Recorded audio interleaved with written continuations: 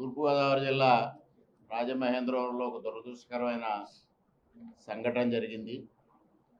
ఎవరైతే జిఎస్ఎల్ కాలేజీలో post graduation చదువుతున్న మెడికో డాక్టర్ ప్రియాంక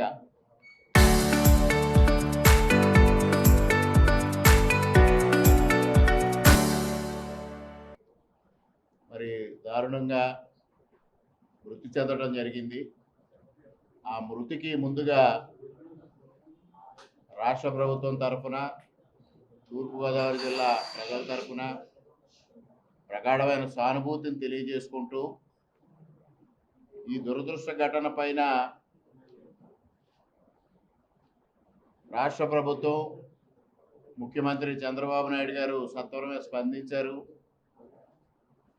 స్పందించి ఏదైతే ఈ జరిగిన ఘటన పైన బాధిత కుటుంబాన్ని ఆదుకోవడం కానీ, అదేవిధంగా దోషుల్ని కఠినంగా శిక్షించడం కానీ, ఈ విషయం పైన ఎటువంటి అలసత్వం ప్రదర్శించకుండా వెంటనే చర్యలు తీసుకోవడం జరిగింది. 3వ తేదీన ఎవరైతే మృతి చెందిన డాక్టర్ ప్రియాంక, అదేవిధంగా డాక్టర్ ఉమేష్ ఇద్దరు కలిసి ప్రసాదిత్య మాల్ సినిమాకి వెళ్ళడం, అక్కడ వాళ్ళు సినిమా చూసి బయటకు వచ్చిన తర్వాత అదే ప్రసాదిత్య మాల్లో సినిమా చూడడానికి ఇద్దరు వ్యక్తులు, సెకండ్ షో చూడడానికి ఇద్దరు వ్యక్తులు రావడం జరిగింది. సురవరపు దశ్వంత్, అదేవిధంగా యాండ్రూ జోసెఫ్ ఎడ్వర్డ్స్. వీరిద్దరూ కూడా పూర్తిగా మద్యం సేవించి అక్కడ ప్రసాదిత్య మాలకు రావడం, అక్కడ సినిమా చూడడం కోసం వెళితే అక్కడ ఏదైతే వీళ్ళు మద్యం సేవించి ఉన్నారని మరి మాల్ సిబ్బంది వీరిని లోపలికి అలౌ చేయకపోతే వాళ్ళు ఒక అసహనంతో వచ్చి కిందకొచ్చి తెలిసి ఈ విధంగా మేము డ్రైవ్ చేస్తే అది తప్పనిసరిగా ప్రమాదానికి గురవుతుంది అని తెలిసి కూడా వారు రోడ్డు పైన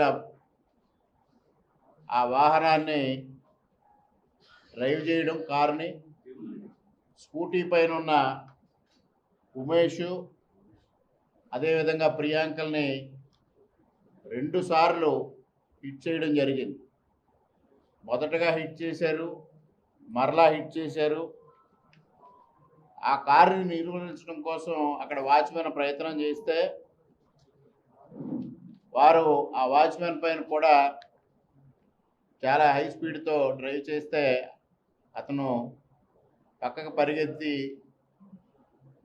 ఆపద నుంచి తప్పించుకోవడం జరిగింది.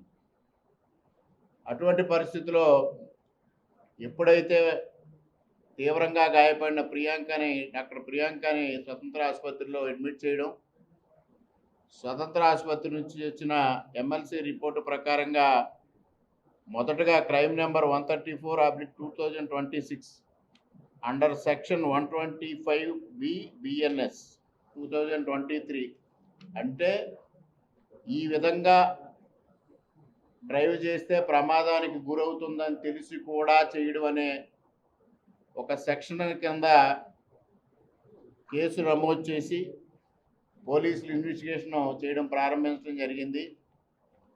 సీసీ ఫుటేజ్లు ఇవన్నీ పరిశీలించిన తర్వాత కార్ నెంబర్ నిర్ధారణ చేసుకోవడం, అక్కడి నుంచి వారు ఎవరైతే నిందితులు ఉన్నారో, ఈ ప్రమాదానికి కారకులు ఉన్నారో వారి కోసం పోలీసులు స్పెషల్ టీంను కూడా ఏర్పాటు చేసి సెర్చ్ చేయడం జరిగింది. తర్వాత సీసీ ఫుటేజ్లు ఇవన్నీ కలెక్ట్ చేసి ఎవిడెన్సెస్ అన్నీ కలెక్ట్ చేసుకున్న తర్వాత ఈ ఏదైతే స్కూటీ పైన ఉన్న డాక్టర్ ప్రియాంక తీవ్రమైన గాయాలతో ఆసుపత్రిలో ఉన్న నేపథ్యంలో ఆ సెక్షన్ కూడా మార్చి 110/3/5 BNSని దీంట్లో చేరుస్తూ, అలాగే 110/3/5 అంటే ఆల్మోస్ట్ అటెంప్ట్ టు మర్డర్. దాదాపుగా 10 ఇయర్స్ పనిష్మెంట్ వచ్చే సెక్షను.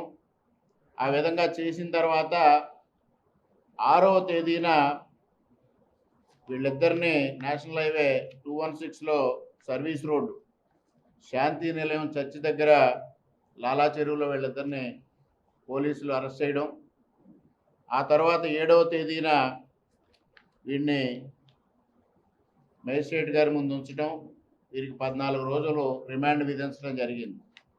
ఈ మధ్యలో వారి తల్లిదండ్రులు స్వతంత్ర ఆసుపత్రి నుంచి హైదరాబాద్ కిమ్స్ ఆసుపత్రికి డాక్టర్ ప్రియాంకని షిఫ్ట్ చేయడం, నిన్న మరణించిన తర్వాత ఈ సెక్షన్ని మరలా మార్చి 105 బిఎన్ఎస్ కల్పబుల్ హోమ్సైడ్ అంటే ఆల్మోస్ట్ మర్డర్ కేసు కింద మార్చి దాన్ని మరలా సెక్షన్ మార్చడం కూడా జరిగింది.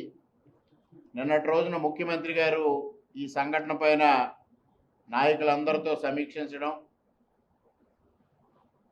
అత్యవసరంగా ఏదైతే కిమ్స్లో జరిగిన మెడికల్ ఖర్చులు దాదాపుగా 10 లక్షలు అయింది, ఆ 10 లక్షలు ప్రభుత్వం నుంచి పే చేయడమే కాకుండా ఆ కుటుంబానికి 20 లక్షల ఆర్థిక సహాయం ప్రకటించి ఆ ఆర్థిక సహకారం అందించడానికి నిన్నటి రోజున హైదరాబాద్లో ఉన్న నగర శాసనసభ్యులు మిత్రులు ఆదిరెడ్డి వాసు గారిని నిన్నంతా కూడా ఆసుపత్రి దగ్గరే ఉండి అక్కడ విషయాలన్నీ పర్యవేక్షించడం, బాడీతో పాటు వారి నేటివ్ ప్లేస్ కర్నూలు జిల్లా అక్కడికి వెళ్ళడం కూడా జరిగింది. అదేవిధంగా ఇక్కడ నుంచి తూర్పుగోదావరి జిల్లా తెలుగుదేశం పార్టీ అధ్యక్షులు రుడా చైర్మన్ బొడ్డు వెంకటరమణ చౌదరి గారిని కూడా 20 లక్షలు చెక్ తీసుకుని అక్కడికి వెళ్ళి అక్కడ పరిశ్రమల శాఖ మంత్రి భరత్ గారితో కలిసి ఈ చెక్కు వారి కుటుంబ సభ్యులకు అందజేసి వారి కుటుంబాన్ని అన్ని విధాలుగా ఆదుకుంటామని ముఖ్యమంత్రి గారి తరఫున హామీ ఇవ్వడం కోసం ఈ నాయకులు కూడా అక్కడికి వెళ్ళడం జరిగింది. జరిగిన విషయాలన్నీ ప్రజలకు తెలియజెప్పాలనే ఉద్దేశంతో ఈరోజు ముఖ్యమంత్రి గారి యొక్క ఆదేశాల మేరకు మేమందరం మీ ముందుకు వచ్చి ఈ విషయాలు వెల్లడించడం జరుగుతూ ఉంది. ఇందులో ఎక్కడా అలసత్వం ప్రదర్శించడం కానీ లేదా సత్వరగతిన చర్యలు తీసుకోలేదనే అభిప్రాయం కొంతమంది దీనిపైన కొన్ని అవాస్తవాలను ప్రచారం చేయడం జరుగుతూ ఉంది. అటువంటిది ఏమీ జరగలేదు. ఈ సంఘటన జరిగిన నాటి నుంచి రాష్ట్ర ప్రభుత్వం అప్రమత్తంగా ఉండడమే కాకుండా పోలీసు యంత్రాంగం నిరంతరం ఈ విషయం పైన ఇన్వెస్టిగేట్ చేసి వాస్తవాలను బయటకు తీసుకొచ్చి ఆ కారుని కానీ నిందితులను కానీ కారు సీజ్ చేయడం, నిందితులను అరెస్ట్ చేయడం, కోర్టు ముందు ఉంచడం, 14 రోజులు రిమాండ్కి విధించడం కూడా జరిగింది.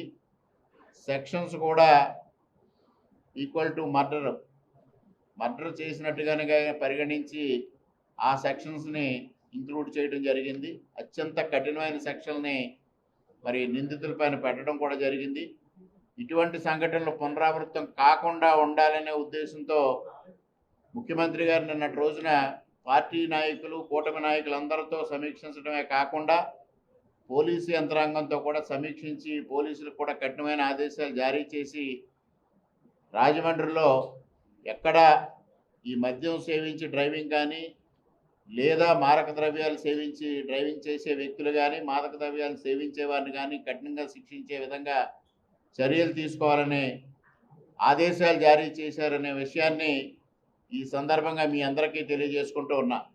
అదేవిధంగా కూటమి ప్రభుత్వం వచ్చిన తర్వాత ఇటువంటి వారందరినీ కఠినంగా శిక్షించడమే కాకుండా ఇటువంటి సంఘటనలు జరగకుండా కూడా అనేక చర్యలు తీసుకోవడం జరిగింది. అయినప్పటికీ దురదృష్టకరంగా ఈ సంఘటన జరగడం అనేది యావత్ ప్రపంచం నిబెరబోయే పరిస్థితి.